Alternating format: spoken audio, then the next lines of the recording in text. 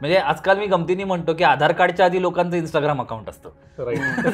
तसं उद्या गेमिंग आणि बेटिंग ऍप्स बद्दलही होऊ शकतं. म्हणजे तसं बघायचं आपल्याकडे दिवाळीत जुगार खेळा ही पद्धत पूर्वापार चालत आलेली आहे. बरं त्याला दुजोरा देणाऱ्या बऱ्याच आपल्याकडे रीती रिवाज या नावाखाली बऱ्याच गोष्टी आहेत. मग गेमिंग किंवा जुगार किंवा गॅम्बलिंग हे सगळं हे आपल्याकडे एका प्रकारे सोशल गॅदरिंगचा हिस्सा म्हणूनच बघितलं गेलं. आपण भारतात ऑलरेडी जगातल्या पहिल्या 5 देशांमध्ये पोहोचलेलो आहेत बेटिंगमध्ये. आणि हे सगळं म्हणताना आपण म्हणतो की भारतात बेटिंग अलाउड नाही.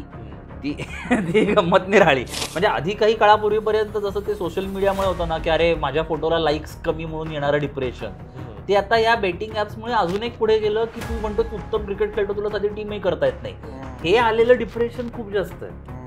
आपल्यासारख्या सामान्य भोळ्या लोकांना एका अर्थी गंडवण्यासाठी केले गेलेला हा AIचा वापर आहे की हे खोटं आहे हे वाटण्याच्याही पलीकडे जाणं ही या तंत्रज्ञानाचीच खरं ताकद आहे.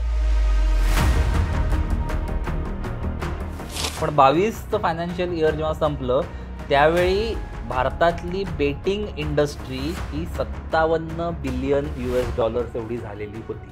तर $57 बिलियन म्हणजे रुपयात किती होतात मला विचारून बस. हे कुठलंही ॲप पैसे कमवायलाच निर्माण झालेलं आहे, हे पहिल्यांदा आपण 2 मिनिटं मान्य करूया. मग त्या ॲपनी त्या ॲपच्या ओनरला फायदा कसा होईल अशा बाजूने जर विचार करणारे बॉट्स टेक्नॉलॉजी तिथे वापरली त्याच्यात गैर काय.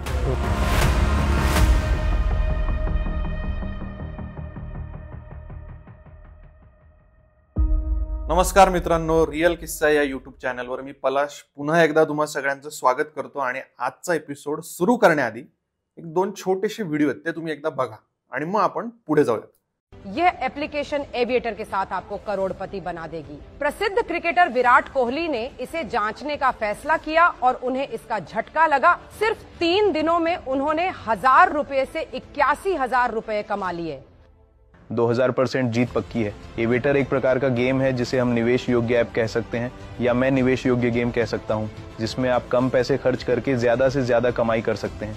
उदाहरण के लिए आपके पास 500, 1000, 2000 रुपये हैं जिन्हें आप खर्च कर सकते हैं. अब मैं तुम्हें बताऊंगा कि कैसे खेलना है. उदाहरण के लिए विमान 2x, 3x, 4x, 5x गुणांक पर जाता है.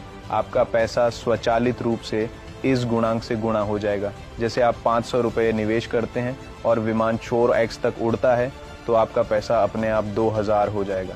मैं व्यक्तिगत रूप से सभी को इस ऐप की अनुशंसा करूंगा.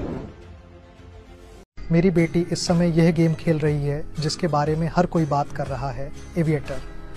वह स्काईवर्ड एविएटर क्वेस्ट ऐप खेलकर हर दिन 180,000 रुपये निकालती है. मुझे कभी कभी आश्चर्य होता है कि अब अच्छा पैसा कमाना कितना आसान हो गया है. और सबसे दिलचस्प बात यह है कि यह एप्लीकेशन बिल्कुल मुफ्त है. कोई भी आईफोन मालिक इसे डाउनलोड कर सकता है. बघितलेत व्हिडिओ? यानंतर मला खात्री आहे की आपण सगळे असे एकदम इझी मनी म्हणजे असं झटपट पैसे कमवण्यासाठी विराट कोहली किंवा सचिन तेंडुलकरने जे काही सांगितलंय ते करण्याच्या मोहात पडू शकतो. किंवा काही लोक हे व्हिडिओज ऑलरेडी बघितले असतील, त्यांनी त्यांचे ते खेळ सुरूही केले असतील. ड्रीम 11 म्हणू नका, जंगली रमी म्हणू नका. आता अर्थात आय थिंक 22 मार्च पासून काहीतरी IPL सुरू होते. पण हा नुसता IPLचा हंगाम नाही, हा सट्टेबाजीचा सुद्धा हंगाम आहे, हा ड्रीम 11चा सुद्धा हंगाम आहे, हा जंगली रमी तर काय आता ते वर्षभर त्याचं पीक असतंच त्याच्यामुळे तो त्याचाही हंगाम आहे. आपण आज याच विषयावरती बोलणार आहे की हे जे खेळ आहेत म्हणजे अगदी ऑफिसमधनं घरी जाताना रस्त्यावरती उभं राहून ट्रॅफिकचा सिग्नल लागलाय तरी तिथे आपण टीम लावत असतो. त्यानंतर अगदी घरात बाळ आपल्या शेजारी रडतंय पण त्याला शांत करून आपण टीम लावत असतो, रमी खेळत असतो, दुपारच्या जेवणानंतर रमी खेळत असतो. असे कितीतरी ऑनलाईन बेटिंग ऍप्स वरती आपण पैसे ओतून गेम्स खेळत असतो. आणि याच विषयावरती याचे फायदे, तोटे, नुकसान, सामाजिक परिणाम काय या सगळ्याचा आढावा किंवा या सगळ्या विषयांवरती गप्पा मारण्यासाठी आपल्यासोबत पुन्हा एकदा, तुम्ही लास्ट एपिसोड आमचा बघितलाच असेल, बघितला नसेल तर इथे लिंक आहे तिकडे जा आणि बघा. AI वरती तो एपिसोड आहे. आणि आजही तेच पाहुणे आपल्यासोबत आहेत, डॉक्टर अमेय पांगारकर. नमस्कार. तुमचं पुन्हा एकदा रिअल किस्सावरती खूप खूप स्वागत. Thank you so much. आणि अमेयची ओळख अर्थात जे नवीन प्रेक्षक आहेत त्यांच्यासाठी पुन्हा एकदा, अमेय स्वतः टेडेक्स स्पीकर आहेत, गुगल रेअर अकॅडमी लिडरशिपचे सदस्य आहेत आणि आयओ टूल्स नावाचं त्यांचं AI टूल्स वरती पुस्तक आलेलं आहे आणि येत्या आय थिंक एक 10-15 दिवसात मराठीत त्याचं रूपांतर होतंय, ज्याचं नाव आहे एआयच्या बटव्यातून. येस. सो असे अमेय बांगरकर. नमस्कार. आता जे व्हिडिओज आपण आपल्या प्रेक्षकांना दाखवले याबद्दल काय म्हणायचंय? कारण हे व्हिडिओ बघितल्यानंतर सचिन तेंडुलकर तर माझा देव बोलूच शकत नाही ना, ते देव आहेत, गॉड ऑफ क्रिकेट. नक्कीच. सो त्याने जे सांगितलंय ते मला ऐकावंच लागणार. मी पैसे ओतणार, मी खेळणार. पण हे त्यांनी सांगितलं असतं तर ऐकणं खरं. दुर्दैव असं आहे की हे त्यांच्या डीपफेक अवतारांनी सांगितलेलं आहे, जे AI वरनं वापरून डीपफेक तंत्रज्ञानाचा वापर करून आपल्यासारख्या सामान्य भोळ्या लोकांना एका अर्थी गंडवण्यासाठी केले गेलेला हा AIचा वापर आहे की ज्याच्यात वास्तववादी हे वाटावेत. विराट कोहलींचा जो व्हिडिओ बघितला त्याच्यात अक्षरशः ते एका न्यूज इंटरव्ह्यू मध्ये बोलतायत असा एक जो माहोल क्रिएट करून बोललं जात होतं. हा डीपफेक प्रकारचा व्हिडिओ आहे. याच्यामध्ये ते जे काही बोलतायत हे कोणीतरी त्यांच्याकडनं करून घेतलेलं आहे. त्यांच्याकडून म्हणजे त्यांच्या अवतारकडून, डिजिटल प्लॅटफॉर्मवरच्या. हे म्हणणं मला काय पटत नाही. तुम्ही काहीतरी असं कसं काय होऊ शकतं? हीच तर त्याची गंमत आहे की बिलिव्हेबल वाटणं, की हे खोटं आहे हे वाटण्याच्याही पलीकडे जाणं, ही या तंत्रज्ञानाचीच खरं ताकद आहे. म्हणजे गंमत म्हणजे या सगळ्या गोष्टींच्या मागे एक अतिशय छुपी शक्ती असं म्हणलीत की जी अशी आहे की भारतातल्या प्रत्येक माणसाला, जसं आता सोशल मीडिया नवीन राहिलेलं नाही तसं भारतातला प्रत्येक नागरिक, प्रत्येक भारतीय हा गेमिंग आणि बेटिंग ऍप्सवर असेल, असावा या हेतूनी चालू असलेले हे सगळे प्रकार आहेत. ओके, म्हणजे इंस्टाग्राम अकाउंट असणं, फेसबुक अकाउंट असणं हे जितकं मॅन्डेटरी आहे. म्हणजे आजकाल मी गमतीने म्हणतो की आधार कार्डच्या आधी लोकांचं इंस्टाग्राम अकाउंट असतं, तसं उद्या गेमिंग आणि बेटिंग ऍप्स बद्दलही होऊ शकतं. आता हे भारतात बद्दलच का, तर आपण परत त्या मुद्द्याकडे येऊयात की भारतात असलेली तरुणांची संख्या ही इतकी अफाट आहे ऑलरेडी. म्हणजे आपल्याकडे गेमिंगचं हे पीक येऊन, किंवा गेमिंग म्हणण्यापेक्षा बेटिंग ऑनलाईन ऍप्स याचं पीक येऊन नुकताच काही काळ झालाय, म्हणजे काही वर्ष हे जरा जास्त उगवलंय. हे जे ऍडिक्टिव्ह नेचर आहे या सारख्या प्लॅटफॉर्मचं, त्याचं ऍडिक्टिव्ह नेचर आणि सोशल मीडियाचं ऍडिक्टिव्ह नेचर यात काही साधर्म्य आहे? खूप प्रमाणात आहे. एक साधी गोष्ट एक्झाम्पल म्हणून सांगतो, ते व्यसन कसं आहे. आपण फेसबुक म्हणूयात, इन्स्टा म्हणूयात, युट्यूब किंवा गुगल, काही करत असताना तुला या ऍप्सच्या ऍड्स दिसतात कुठल्याही याच्यावर, पण ह्या ऍपवर एकही ऍड दिसत नाही. बरं, आता गंमत काय की हा मुद्दाच कधी आपल्या लक्षात येत नाही, इतका सटल तो ठेवला गेलाय. त्याचा UI इतका क्लीन ठेवलाय, एक्सपिरियन्स इतका छान ठेवला जातोय की तुम्ही डिस्ट्रॅक्टच होत नाहीत. बरं, दुसरं वेळ कंटिन्युअस, मला लवकर डिसिजन घ्यायचा आहे, मला लवकर करायचंय, पॅनिक मोड. आणि त्याच वेळी अरे ह्याला इतके मिळाले, ह्याला इतके मिळाले, असं जे तिथे दाखवलं जातं त्यांनी येणारं पिअर प्रेशर, की ह्या सगळ्यामुळे मी ऑलरेडी हे ऍप वापरायला लागल्यावर अरे बापरे हे मला जमलंच पाहिजे ह्याच्यात जे गेलेलो आहे. आणि मग नंतर हेही जमत नाही म्हणजे तर काय उडी मारलेला पर्याय नाही. हे जे काय आपोआप झालेलं आहे ना, उगीच सोशल प्रेशर, उगीच. आता सोशल मीडियाशी ह्याचं कसं साधर्म्य आहे म्हणायला तर आपण 2 मिनिटं इंस्टाग्रामचं उदाहरण घेऊयात, की एक रील संपतो ना संपतो तुला दुसरा रील ओपन होतो, किंवा OTT प्लॅटफॉर्मवर एक एपिसोड संपला ना संपला की ते दिसतं की नेक्स्ट एपिसोड स्टार्टिंग इन 5, 4, 3, 2, 1. ह्याच्यात तुला वेळच दिला जात नाही हा विचार करायला, अरे बापरे मी गेले 3 तास टीव्हीच बघतोय, किंवा मी गेला 40 मिनिटं इंस्टाग्रामवर टाइमपास करतोय, हा तुला वेळच दिला जात नाही. आणि दर काही कंटेंट नंतर तुला असं काहीतरी दाखवलं जातं जे तुला आवडेल.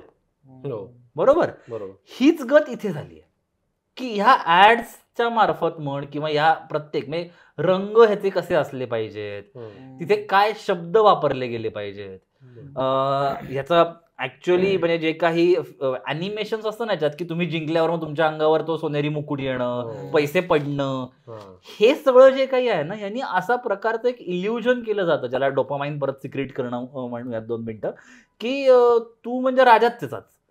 हे फिलिंग तुला आल्यामुळे तुला परत तिथे जायचंय, तुला परत तिथे जायचंय, तुला परत तिथे जायचंय.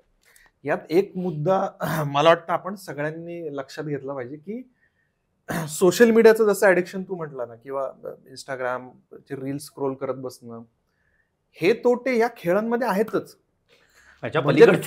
तुमचं डोकं तर रिकामं होतच आहे हो. इंस्टाग्रामच्या रील्समुळे आणि ड्रीम इलेव्हन जंगली रमीमुळे, पण या बेटिंग ऍप किंवा ऍप्स मध्ये अजून एक वेगळा तोटा असा आहे, जो अधिकचा तोटा आहे, तो म्हणजे तो तुमचा खिस्सा पण खाली करतो. Absolutely. आणि त्याचे परिणाम परत वेगळे आहेत. वेगळे. त्याचे परिणाम पुन्हा वेगळे आहेत. म्हणजे एक गंमत म्हणजे आता ते बऱ्यापैकी ते थांबलंय आता, पण काही वर्षांपूर्वीपर्यंत हे ऍप इंटरलिंक्ड होते वेगवेगळ्या फायनान्सिंग प्लॅटफॉर्म्स बरोबर, की ह्या ऍपवर तुम्हाला खेळायला पैसे हवेत का, तर ते पैसे पण तुम्हाला क्रेडिट लोन द्यायचे. बरोबर. म्हणजे मला एखादा पत्त्यांचा गेम खेळायचा आहे, त्याच्यासाठी मला काय 500 रुपये लावायचे, मला आता माझ्याकडे नाहीत, तर 500 रुपयांचं मला कर्ज देणारं पण ऍप होतं तिथेच त्याच्यातच इंटिग्रेटेड. म्हणजे 500 रुपये हरलो तर मला 1000 रुपये हवेत, तर तेच ऍप द्यायचं, कुठे मागायला जायची गरज काहीच नाही, बरं त्याच प्लॅटफॉर्मवर मिळायचं. सुदैवाने त्याचा बऱ्यापैकी थांबलंय, म्हणजे मला जे काय बेसिक कॉमन ऍप्स माहिती आहेत याच्यातले, त्याच्यावरती तरी त्याचा नाहीये, पण काही ठिकाणी नक्कीच असू शकेल. हे क्रेडिट फायनान्सिंग जे या ऍप्सवरच व्हायचं, बरं त्याचे इंटरेस्ट रेट्स दणदणीतच आकाशाला भिडणारे होते.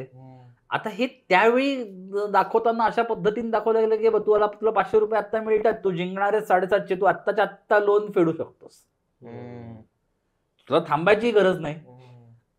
हे जे त्याचं जे मोठं करून बाऊ करून जे सगळं झालेलं आहे, बागुलबुवा एका अर्थी जे आहे, ते जरा मला फार त्रासदायक वाटतं. आणि ही जागृती करणं हे अतिशय गरजेचं आहे. 15 कोटी जण आपण ऑलरेडी हे खेळतो. ह्या काय म्हणजे तो एक काळ होता 2014-15 पर्यंत, जेव्हा पेपरमध्ये न्यूजपेपरमध्ये किंवा बातम्यांमध्ये ऐकायचो की पोलिसांनी धाड टाकली आणि तिकडे सट्टेबाजी सुरू होती. बरोबर. किंवा अगदी पुणे मुंबई सारख्या शहरात कॉलेज वयीन मुलं त्यांच्या रूम वरती हॉस्टेल वरती केंद्र चालवायची, हे सगळं ऐकलं होतं. बरोबर. आता त्याचं थोडंसं लेजिटिमाइज नाही म्हणता येणार, सोफिस्टिकेटेड रूप म्हणून हे जंगली रमी, ड्रीम इलेव्हन आलंय. खरंय. नाही असं म्हणणं वावगं नाही, अजिबातच वावगं नाही. याची कारण परत तीच आहेत की म्हणजे तसं बघायचं आपल्याकडे दिवाळीत जुगार खेळा ही पद्धत पूर्वापार चालत आलेली आहे. बरं त्याला दुजोरा देणाऱ्या बऱ्याच आपल्याकडे रीती रिवाज या नावाखाली बऱ्याच गोष्टी आहेत. बरं त्याच्याबद्दल त्या दिवशी मग लक्ष्मीची पूजा म्हणून हे करा अशीही वेगवेगळी विधानही आपल्याकडे आहेत. चूक बरोबर चांगल्या वाईट कुठल्या कुठे ठिकाणी हे चालतं नाही चालत त्याच्यात मी पडत नाही. त्यामुळे गेमिंग किंवा जुगार किंवा गॅम्बलिंग हे सगळं हे आपल्याकडे एका प्रकारे सोशल गॅदरिंगचा हिस्सा म्हणूनच बघितलं गेलं. तंबोला सारखा गेम हा ह्याच्यात काही वाईट नव्हतंच कधीपासून. तो म्हणजे बर्थडे पार्टीज, किटी पार्टीज पासून गणपती मंडळांमध्ये पण सर्रास खेळला जात होतो गेम, अजूनही जातो. त्याच्यात काही मुद्दा काय, त्याच्यात काही कधी गैर कोणालाच वाटलं नव्हतं. का वाटलं नव्हतं? कारण त्यातलं रॅन्डमनेस, त्यातलं जाणून बुजून कोणाच्या तरी नशिबावर अवलंबून असण्यातली जी मजा आहे ती तिथे टिकली होती. ऍक्च्युअल तो रॅन्डमनेस होता, तो रॅन्डमनेस त्याच्यात होता. आता काय झालंय, आता इथे तंत्रज्ञान आल्यामुळे, हे ऑनलाईन झाल्यामुळे, ह्याच्यात प्रोग्रॅमिंग आल्यामुळे, अल्गोरिदम्स आल्यामुळे हे खरंच रॅन्डम आहे का, हा जेव्हा प्रश्न तिथे निर्माण झाला, मग त्याच्यात जी टेक्नॉलॉजी वापरली गेली त्याच्यात नक्कीच आताच्या काळात एआयचा जो काही वापर केला, एआय पेक्षा मशीन लर्निंग आणि डीप लर्निंगचा जो त्याच्यात वापर जास्त आता प्रमाणात होतोय, ह्या सगळ्यामुळे हे सगळे प्रश्न निर्माण झालेत. राईट. हा एक भाग. दुसरा भाग, या सगळ्या ठिकाणी आधी जेव्हा आपण काही मित्र म्हणून म्हणूयात किंवा आप्तेष्ट असतील, नातेवाईक असतील, काही जवळची मित्रमंडळी म्हणून जेव्हा या सोशल गॅदरिंग्समध्ये हे सगळे गेम्स खेळले जायचे, हे सगळे कंट्रोल्ड होते. माझे 4 जण ओळखीचेच खेळतात, राईट, तेव्हा मग 10,000हून जास्त नकोत.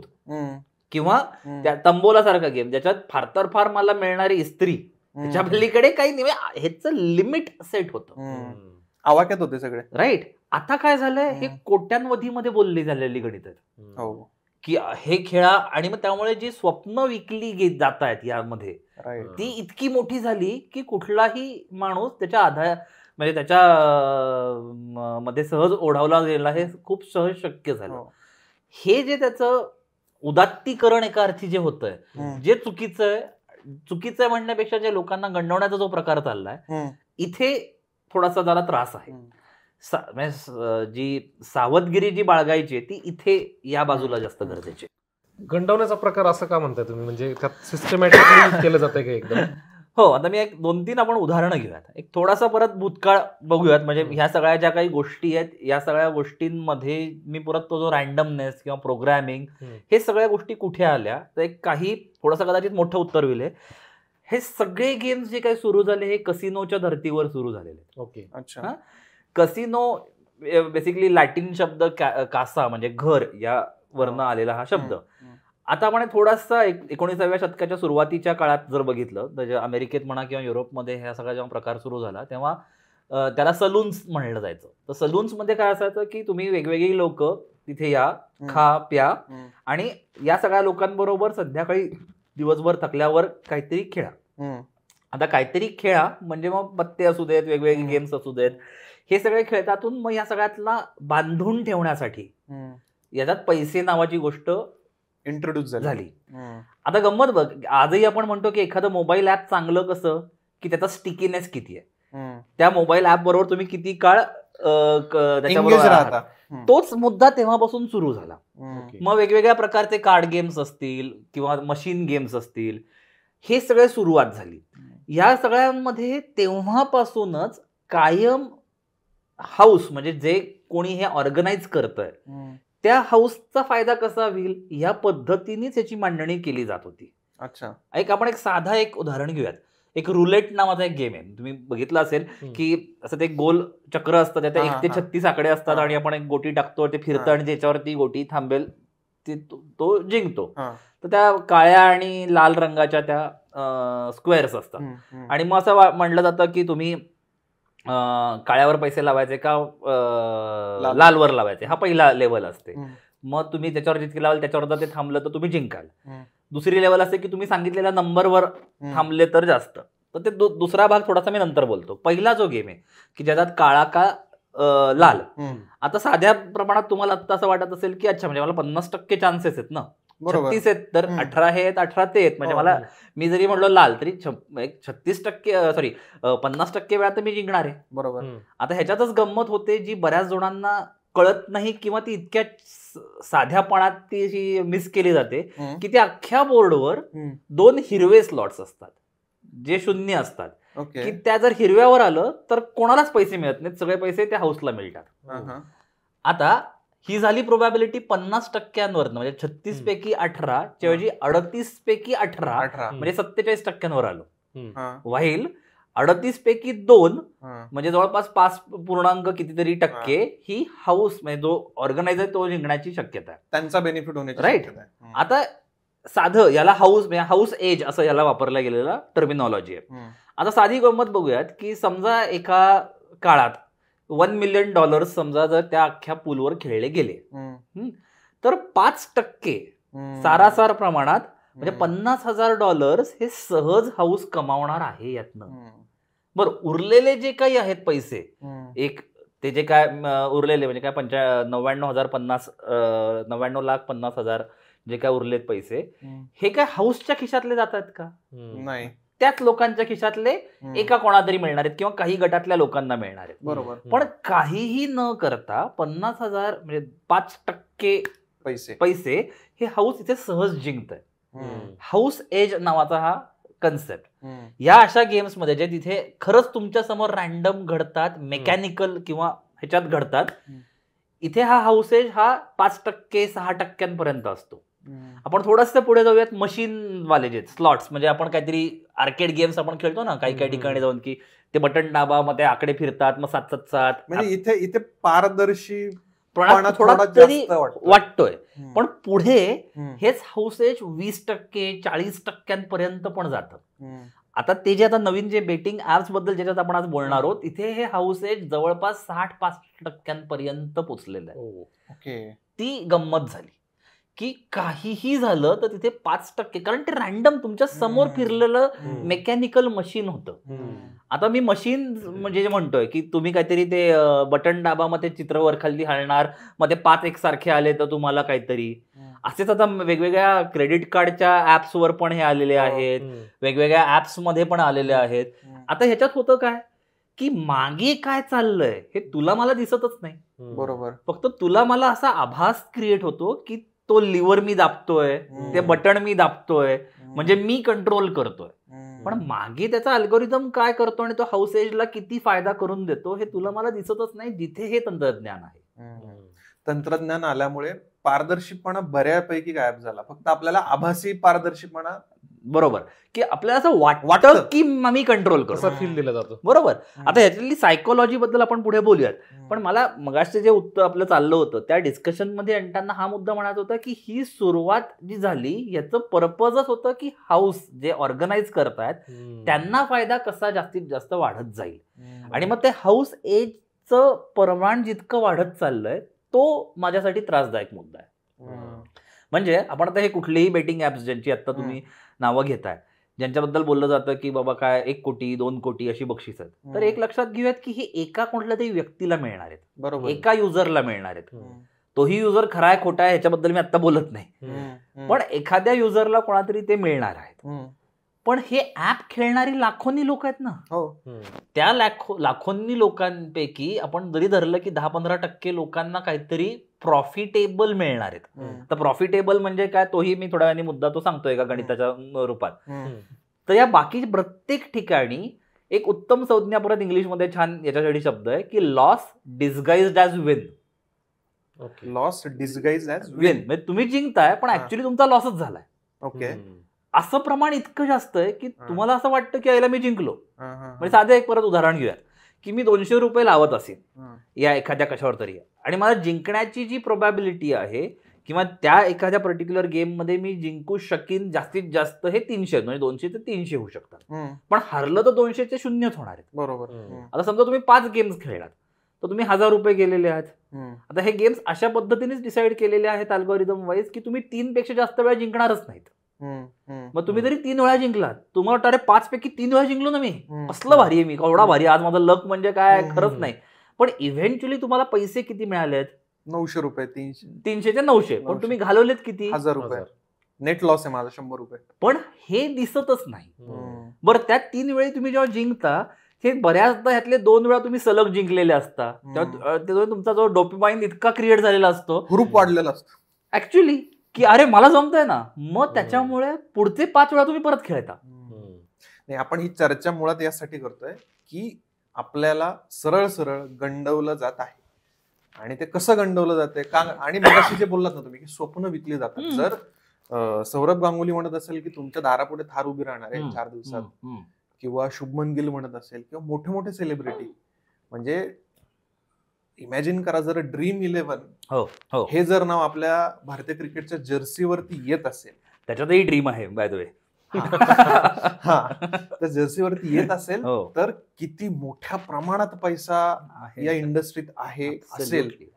आणि आपल्यासारखे सामान्य लोक कशी गणतायत आणि हे समजलं पाहिजे. म्हणजे जो फेअर प्ले जो आपण मगाशी उदाहरण दिलं की त्यात निदान दिसायचं ना, मी माझ्या डोळ्यासमोर ते चक्र फिरवतोय किंवा काय, इथे डोळ्यासमोर नाहीच आहे काही. बरोबर. आता याच्यातलाच मुद्दा असा आहे की एक म्हणजे जाहिरातींबद्दलचा विषय निघाला म्हणून 2 गोष्टी सांगतो की एक म्हणजे हे सगळे असे सेलिब्रिटीज ह्याच्यात वापरले जातात, पण ह्याच्याही पलीकडे जाऊन जो सबकॉन्शियसला भिडणारी जी ऍडव्हर्टिजमेंट ह्याच्यात केली जाते की ज्यात मला माझ्यासारखेच दिसणारी लोक दाखवली जातात. एक्झॅक्टली.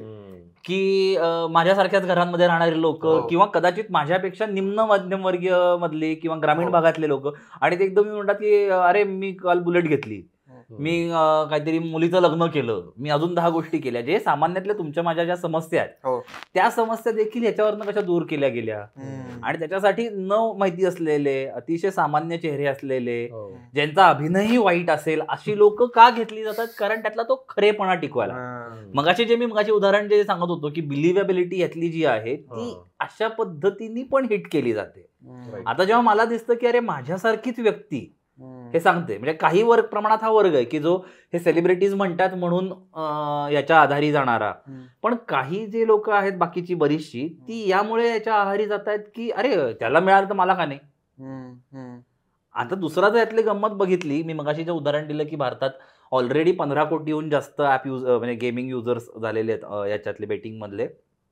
आपण भारतात ऑलरेडी जगातल्या पहिल्या 5 देशांमध्ये पोहोचलेलो आहेत बेटिंग मध्ये. आणि हे सगळं म्हणताना आपण म्हणतो की भारतात बेटिंग अलाउड नाही, ती गंमत निराळी.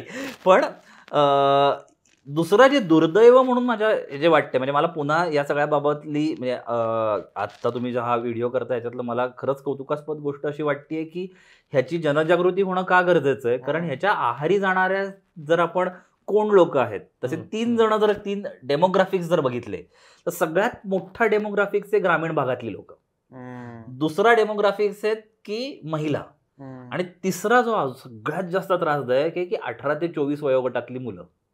बापरे. आता या तिन्ही वयोगट, या तिन्ही डेमोग्राफिक्स बद्दल जर बोलायचं झालं, स्पेसिफिकली मी 18 ते 24 कडे जास्त लक्ष देतो. मुळात ही लोक 18 पेक्षा मोठी आहेत का लहान आहेत हाही एक विवादास्पद मुद्दा आहे, कारण त्याच्याबद्दल बऱ्याच गोष्टी ज्या करता येतात, अबाव 18 ते सेल्फ डिक्लेरेशन, केवायसी करणारे तेच आहेत, त्यामुळे तो मुद्दा नंतर मी येतो परत त्या मुद्द्यावर.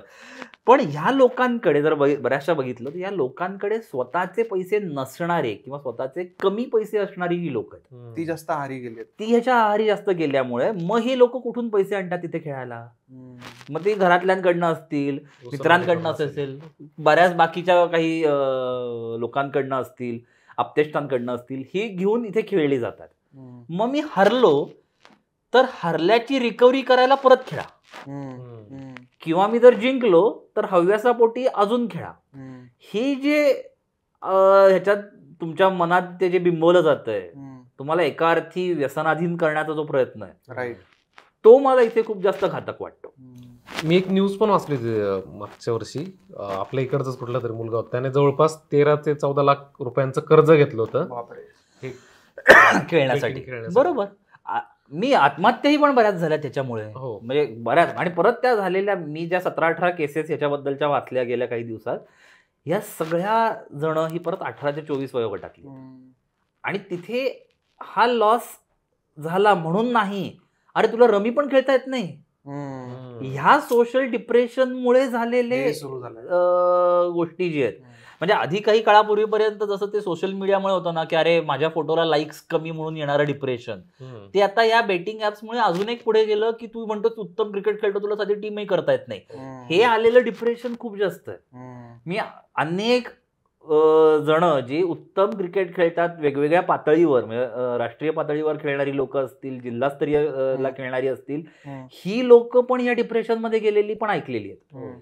की मी स्वतः अंडर-16, अंडर-18, अंडर-19 ची प्रॅक्टिस करतोय, खेळतोय, आणि मग त्यांना अशा पद्धतीने बिंबवलं जातं की तुला कॅप्टन व्हायचंय ना, मग तू इथे खेळ, म्हणजे तुझी कॅप्टन्सी टीम बिल्डिंग स्टेजेस होतील, आणि मग त्याला हे जमत नाही म्हणून मग त्याचा ग्राउंडवरचा परफॉर्मन्स इव्हॅल्युएट केला जातो. असेही काही उदाहरणं आपल्याकडे सर्रास बघायला मिळाली आहेत सोशल मीडियावर. तर त्याचं जे, पुन्हा मी तो शब्द वापरतो, ह्याचं जे उदात्तीकरण जे झालंय की हे म्हणजेच काहीतरी, ते मला थोडंसं घातक वाटतं. मी पुन्हा त्याच प्रश्नाकडे येतो, म्हणजे अगदी साध्या भाषेत जर समजावून सांगायचं असेल, आता तुम्ही जे डेमोग्राफिक सांगितलं, ग्रामीण भागातली जनता जास्त आहे, महिला आहेत, त्यानंतर 18 ते 24 ची मुलं आहेत, म्हणजे मला असं वाटलं की मे बी ती व्हल्नरॅबिलिटी जी आहे ना, तिला कुठेतरी टॅप केलं जातंय का, आणि तिला जर टॅप केलं जात असेल तर अगदी साध्या भाषेत त्यांच्यापर्यंत पोहोचण्यासाठी कसं सांगू शकतो की हे जे तंत्रज्ञान आहे, म्हणजे मशीन लर्निंग असेल, बरोबर, तर हे नक्की कसं वापरलं जातं की आपल्याला गंडवलं जातं, हे त्यांना कसं कळेल?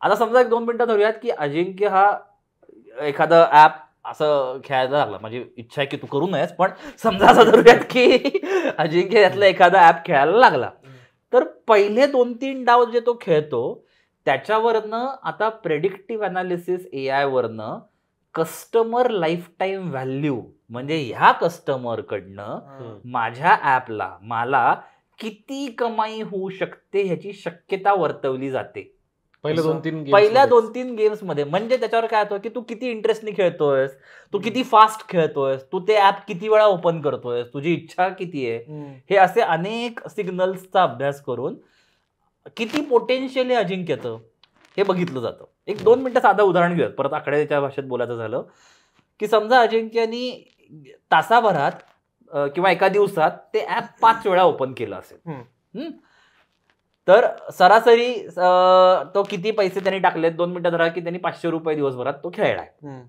जिंकला हरला सोडून द्या, पण 500 रुपये त्यांनी दिवसात खेळलाय, आणि असे 2-3 दिवस झाले, तर आपला कळतं की अरे ह्याला ह्याच्यात फार रस दिसतोय किंवा ह्याला ह्याची नशा खूप जास्त होत चालली आहे.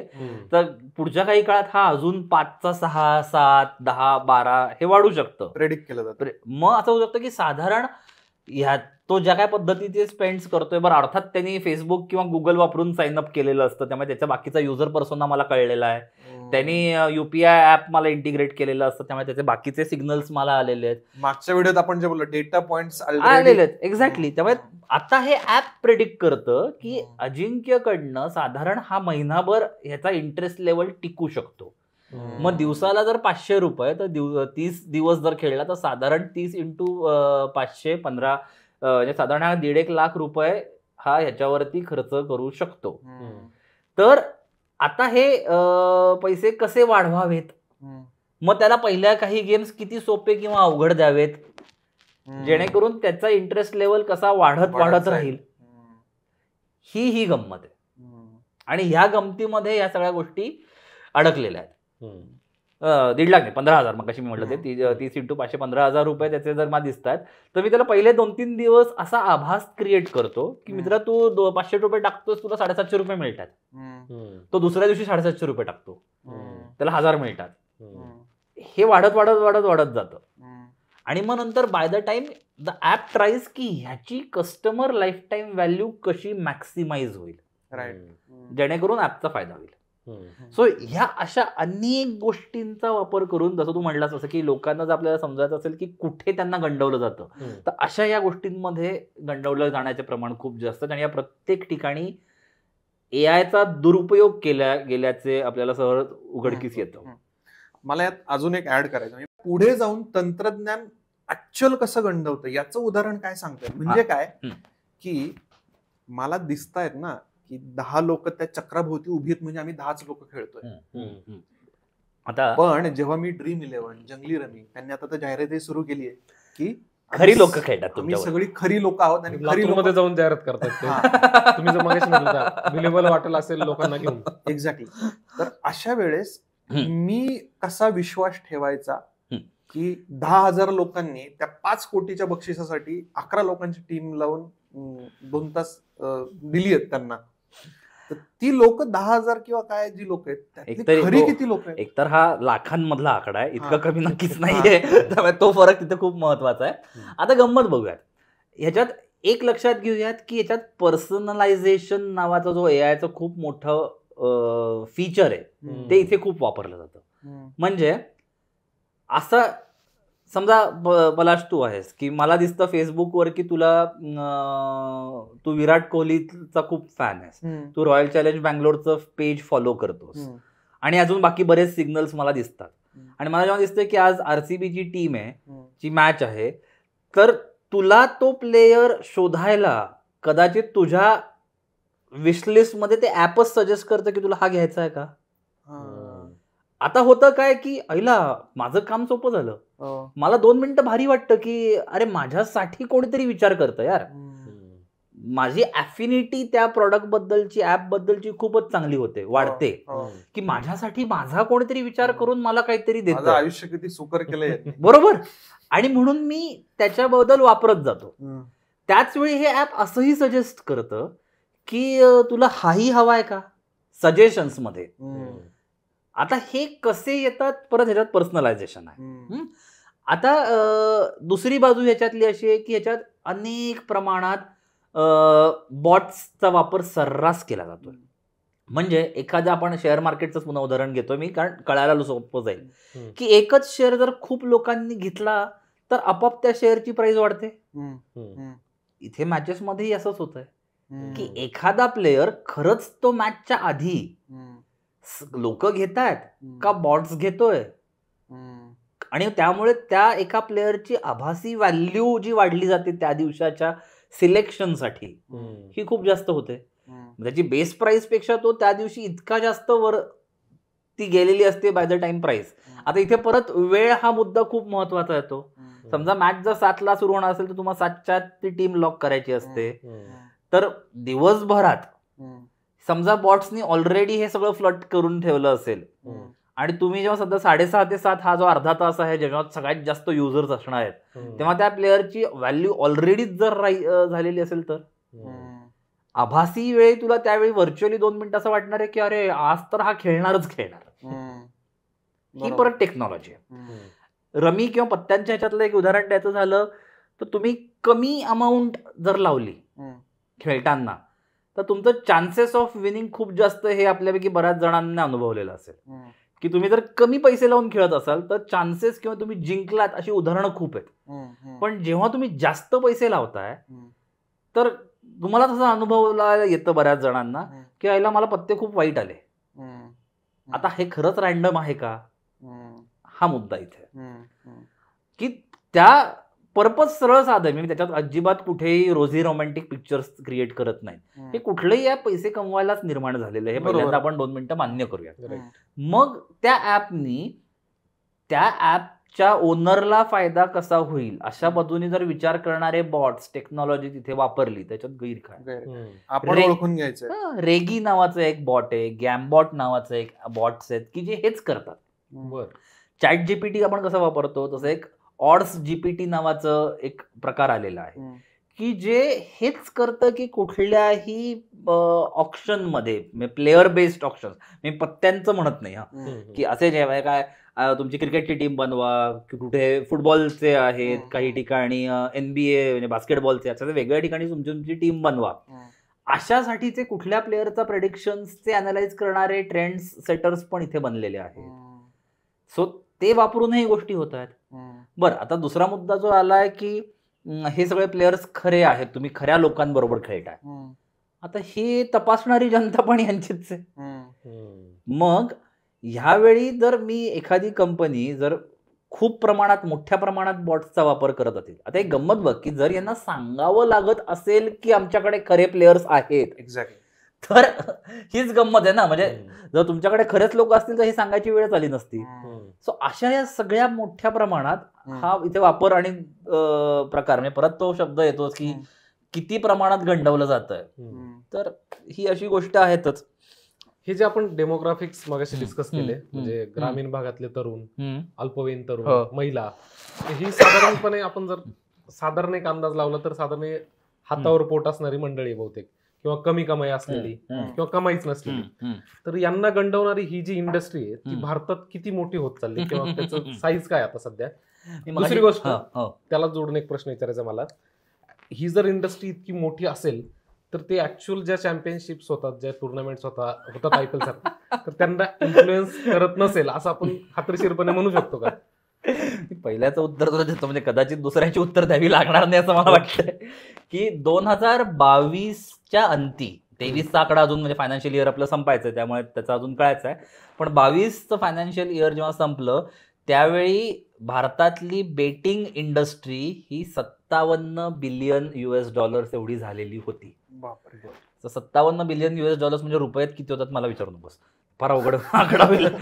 पण ही ऑलरेडी झाली. दुसरी गंमत, गेले 5 वर्ष ज्याला आपण कंपाऊंड अॅन्युअल ग्रोथ रेट म्हणतो CAGR, हा या इंडस्ट्रीचा 20% पुढे आहे. म्हणजे दरवर्षी ही 20%हून जास्त रेटनी ही वाढणारी इंडस्ट्री आहे. पुढच्या 3-4 वर्षात अंबानीची जेवढी संपत्ती तेवढी ती इंडस्ट्री होणार आहे थोडक्यात. आता ते कदाचित तुला आकडे जास्त माहिती आहेत पण या रेटनी ही वाढतीये.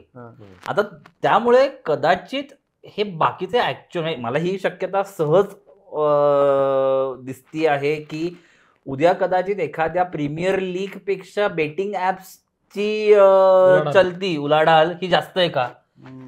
आज मितीला भारताचं पॉप्युलेशन आपण जर 140 कोटी म्हणत असू तर ऑलरेडी 15 कोटीहून जास्त लोक या प्लॅटफॉर्मवर आलेली आहेत आणि ती वाढतायत. मी मगाशी जो व्हिडिओच्या सुरुवातीला म्हणालो की प्रत्येक माणूस सोशल मीडियावर जसा आहे, ज्याचं आपल्याला आता कौतुक वाटत नाही, जे आपण आपल्या म्हणजे अगदी सहज चाललं की हा मी या सोशल मीडिया ऍपवर आहे, पण हे काही दिवसापूर्वी म्हणजे नाही रे मी नसतो वगैरे असं म्हणणारी जनता जशी होती, तसं आता काही काळात लवकर नजीकच्या काळात हे बघायला सहज दिसेल की बरेच जण, बहुतांश जण हे कुठल्या ना कुठल्या तरी बेटिंग ऍप्सवर आहेत. आता आज जी बेटिंग ऍप्स आपल्याला दिसत आहेत ह्याच्यापेक्षा अजून अनेको प्रकारची बेटिंग ऍप्स येतातही आहेत किंवा थोड्याफार प्रमाणात आली आहेत. म्हणजे सेलिब्रिटीजच्या आयुष्यातले इव्हेंट्स प्रेडिक्ट करणं, म्हणजे विराट कोहली अनुष्काला मुलगा होईल का मुलगी होईल, असे बेटिंग ऍप्स पण निघालेले आहेत की त्याच्यावरती फक्त तेवढंच बेट होईल. म्हणजे सेलिब्रिटीजच्या आयुष्यात म्हणजे आता ज्या अंबानींचं लग्न झालं त्याच्यात अमुक एक व्यक्ती कुठल्या रंगाचे कपडे घालेल ह्याचेही बेटिंग्स होते. ऍक्च्युअली मी तसं एक ऍप 2 महिन्यापूर्वी डाउनलोड केलं होतं, अनिरुद्धने सांगितलं होतं. तर अशाही म्हणजे ह्या प्रकारचे बेटिंग झालेत. क्रिप्टो बेटिंग नावाची एक नवीन कल्पना येते की क्रिप्टो करन्सीज मध्ये आज दिवसभरात ही करन्सी किती वाढेल किंवा किती कमी होईल. आणि या प्रत्येक ठिकाणी ना खूप एक पुन्हा एक तो थोडासा मानसिक मुद्दा काय की तुम्ही जॉईन करा आणि तुम्हाला काहीतरी फ्री कॉइन्स आहेत, 100 रुपये ऍप्स कडनंच मिळतात आणि वगैरे वगैरे वगैरे. पहिल्या 2 मॅचेस साठी तर अर्धे पैसे आम्हीच देतोय तुम्हाला, राईट. आणि परत त्याच्यातली टेक्नॉलॉजी किंवा अल्गोरिदम कसं आहे की ते जे काय फ्री मध्ये मिळणारे पैसे आहेत यात तू डेफिनेटली जिंकतोस. हो हो. म्हणजे काय होतं की अरे फ्री मध्ये मी जिंकतोय तर माझ्या पैशात तर मी जिंकणारच. हे सायकोलॉजीशी खेळलं जे जातं या प्रत्येक ऍपकडनं. अर्थात मी म्हणेन की बाबा 100 पैकी 80% वेळा जरी हे होत असेल तरी हे किती मोठे बघा. आणि इथे जो तुझा दुसरा मुद्दा होता की ह्या सगळ्यामुळे जो काही परिणाम म्हणून जो दिसतोय हा खूप घातक आहे. वय हीच आहेत, पैसे असणं नसणं हा मुद्दा आहेच. पण आता ह्याच्यावर गंमत म्हणून परत म्हणूयात की म्हणजे ह्याला काही ऍप्स ह्याचा पॉझिटिव्ह यूज पण करताना दिसतात. ओके. म्हणजे काही ऍप्सवर त्यांनी असंही केलंय की फेशियल रेकग्निशन सारखं फीचर आणलंय की युजर खरा आहे का नाही हे ओके ओके कळण्यासाठी. केवायसीच्या एक पाऊल पुढे जातो, जिथे परत त्यांनी डीप लर्निंगचाच वापर केला एआय मधला की फेशियल रेकग्निशन. बरं फार काय अवघड गोष्ट नाहीये, पण एक विश्वासार्हता तरी वाढली. बरोबर की इथे हे नसण्याची असेही काही दिसले मला ऍप्स की ज्याच्यात हे वापर केलाय. काही ठिकाणी जर काही बॉट्सच्या द्वारे फ्रॉड होत असेल तर फ्रॉड्युलंट ऍक्टिव्हिटीज डिटेक्ट करायलाही काही ऍप्सवरती याचा वापर केला गेलाय. काही ठिकाणी तुम्ही खूप हरत असाल किंवा खूप एकच घोडचूक तुम्ही करत असाल तर ती प्रिव्हेंट करा. जसला मी माझी स्टॉप लॉस फीचर तसं काही आणण्याचा प्रयत्न आता तो कितपत मनापासून आहे का कितपत दाखवण्यासाठी आहे हे माहित नाही, पण हाही करताना मला काही ऍप्स दिसतात. दुर्दैवाने हे सगळे ऍप्स हे भारतातले नाही आहेत हे, त्यामुळे ती एक फक्त जरा वाईट गोष्ट. मागे आपण बोललो की ही दुधारी तलवार आहे म्हणजे एआय किंवा कोणतीही नवीन तंत्रज्ञान टेक्नॉलॉजी. बरोबर. त्यामुळे त्याचा वापर कोण कसं करते, जसे निगेटिव्ह अर्थाने आपण जे डिस्कस केले सगळे मुद्दे ते आहेचे, पण काही पॉझिटिव्ह आहेत. पण पुन्हा कोणाचं हित त्यात लपलेलं आहे त्यानुसार त्याचा वापर होईल. आणि आपल्या सगळ्याच प्रेक्षकांना एवढंच सांगायचं की खेळणं न खेळणं हे तुमच्या हातात आहे, तो तुमचा निर्णय आहे. पण फक्त एवढं लक्षात घ्या की आपल्याला गंडवलं जाते आणि 200% गंडवलं जाते हे तुम्हाला मान्य असेल आणि तरी खेळायचे तरी तो तुमचा निर्णय. आता ह्याच्यातच फक्त ऍड करताना बऱ्याच जणांनी याबद्दल म्हणजे ओपनली वेगवेगळ्या प्लॅटफॉर्मवर बोलले. काही जण म्हणजे मी जेव्हा ह्याबद्दल बोलतो तेव्हा माझ्याशी लोक बोलतात की मग सरकार का नाही काही करत त्याच्यात, की ह्याच्यात मग रेग्युलेशन्स किंवा अशी काही बंधनं का नाही आणली जातात. सरकार स्वतःच खोटे लाभार्थी दाखवतं कधी इकडे पण इकडे दाखवत असेल याच्याबद्दल आपण काय बोलायला तो वेगळा व्हिडिओ होईल त्याबद्दल नको. तर साधी गोष्ट, पण ह्याच्याबाबत 2-3 ज्या ऍक्ट्स म्हणून आल्या भारत सरकारच्या 2023ला एक आली, 2019च्या आसपास पण एक होती. या दोन्हीमध्ये काय झालं, बेटिंगवरती आळा घालण्यासाठी त्यांनी नॉर्म्स काही काढले.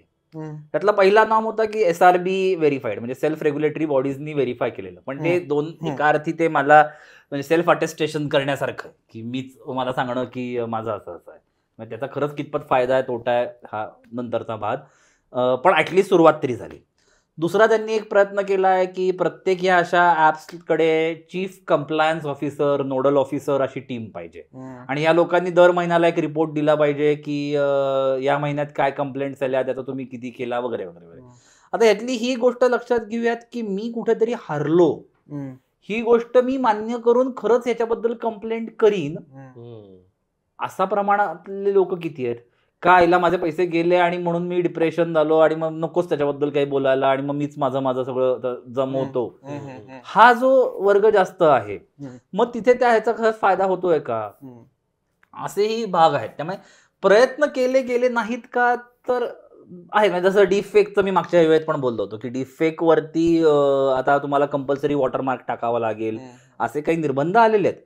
पण ज्या प्रमाणात आणि ज्या गतीने हे सगळं वाढतंय तेवढ्या गतीने तपास यंत्रणा वाढत नाहीये, हे दुर्दैव आहे. ते अजिबात इनफ नाहीये. ऍब्सोल्युटली नाहीच. म्हणजे आता आपण जे व्हिडिओच्या सुरुवातीला 2 ज्या गोष्टी बघितल्या, तर माझ्या अंदाजाने हे 2 जे इतके मोठे सेलिब्रिटीज आहेत, जसं तू म्हणालास त्यातले सचिन तेंडुलकर देव आपण भारतरत्न आहेत अर्थात ते, तर यांना मानणारा जो आहेरे वर्ग आहे ते पहिल्यांदा बघताना मान्यच करणार नाहीत की हे खोटं आहे. आणि तोपर्यंत तर डॅमेज झालंय ना. मग त्याच्यासाठी सचिन तेंडुलकर यांना परत एक व्हिडिओ करावा लागला की हा मी नाहीये, हे खोटं आहे. आणि तो व्हिडिओ पोहोचेपर्यंत लोकांपर्यंत झालं ना, डॅमेज झालंय ना. आणि जो परत वयोगट आहे, ग्रामीण भाग आहे, इथे ह्या लोकांकडे आता कसं झालंय ना, ते अर्धवट नॉलेज सारखं झालंय की यांच्याकडे इंटरनेट तर पोहोचलंय, हार्डवेअर मोबाईलचं आहेत, रोज 1-1.5 GB इंटरनेट मिळतंय, पण त्या तंत्रज्ञानाबद्दलची तितकी जागरूकता नसल्या कारणाने, अगेन मी सगळ्यांबद्दल हे मला म्हणायचं नाहीये, काही जण उत्तम काम करतच आहेत, पण ती सरासरी नसल्या कारणाने ह्याचे ड्रॉबॅक्स म्हणून खूप दिसतात. आणि जे खूप मला म्हणजे ओव्हरऑल ते घातक आहेतच, त्याच्यात काहीच भाग नाही.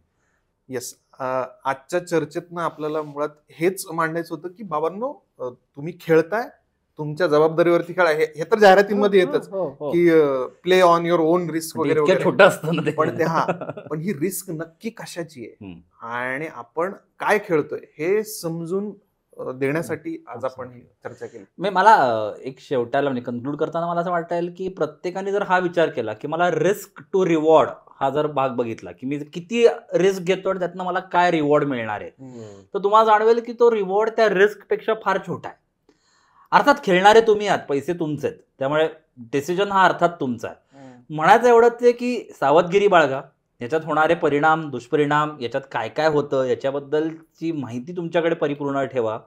आणि मी एवढंच म्हणेन की माहिती असू देत की पुढे काय होणार आहे, आणि त्या तयारीने जर तुम्ही खेळत असाल तर काहीच हरकत नाही. तुम्हाला परत म्हटलं तसं की पैसे तुमचे आहेत, वेळ तुमचा आहे, फोन तुमचा आहे, काय करायचं आहे तुमच्या हातात आहे, पण हे माहिती असू देत की ह्याच्या मागे हे सगळं जे काही चालतं. आणि त्याच्यानंतर जर तुमची इच्छा असेल की मला मजा म्हणून, मला छान वाटावं म्हणून मला पैसे उडवायचे, तर काय, ball is in your court. Yes, thank you Amey sir, thank you so much. आणि मित्रांनो आणि मैत्रिणींनो, तुम्हाला हा व्हिडिओ कसा वाटला हे आम्हाला कमेंट बॉक्समध्ये नक्की सांगा. आणि असेच व्हिडिओ बघण्यासाठी रिअल किस्साला सबस्क्राईब करा. आणि तुमच्यापैकी काही जण जर अशा कुठल्याही प्रकारच्या गेमिंग, ऑनलाईन बेटिंग ॲप्सचे शिकार झाले असतील, तुमची स्टोरी तुम्हाला सांगायची असेल तर तीही प्लीज कमेंट्समध्ये सांगा. त्यावरनं अजून काही गोष्टी घेत आम्ही पुढचा व्हिडिओ नक्की करू. Thank you so much.